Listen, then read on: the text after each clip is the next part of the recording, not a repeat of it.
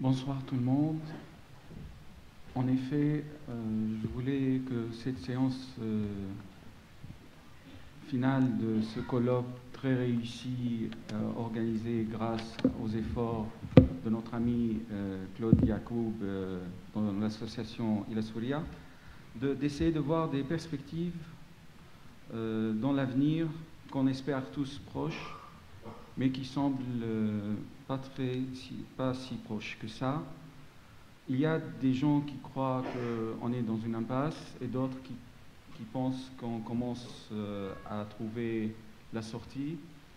Nous allons, dans cette séance, essayer de réfléchir ensemble sur la situation politique dans l'avenir qui va, espérons-le, suivre la fin de cette théorie en Syrie, déclenchée par ce régime, et dont le peuple syrien paye un prix très fort.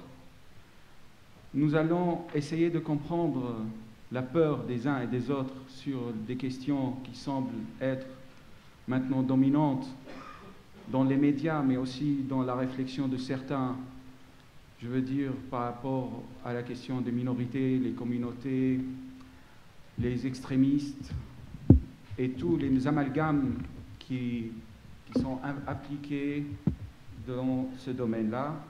Nous allons aussi essayer d'évoquer la question de la reconstruction économique et humaine et voir le rôle des acteurs régionaux et internationaux dans la crise syrienne. Est-ce qu'il y a une possibilité qu'ils contribuent, après avoir contribué à sa complexité, est-ce qu'ils pourront éventuellement contribuer à résoudre une partie de la crise? Pour cela, je suis flatté parce que d'abord, je retrouve des amis très chers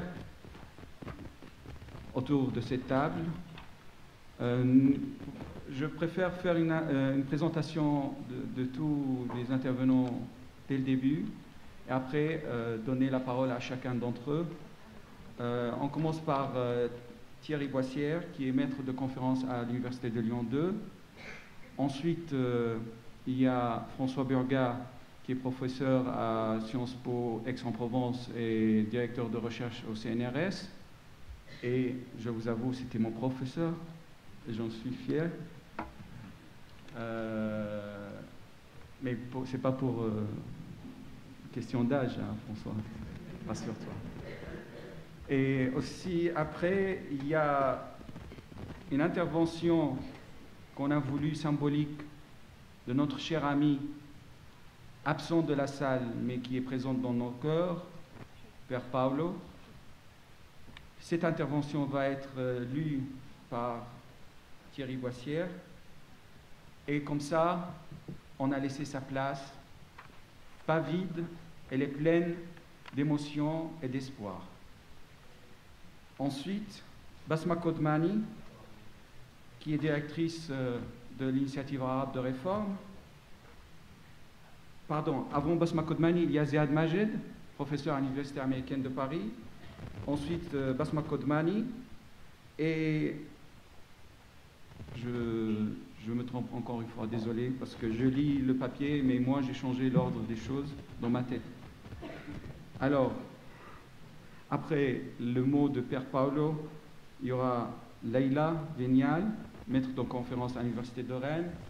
Ensuite, Ziad Majed, professeur à l'Université américaine de Paris.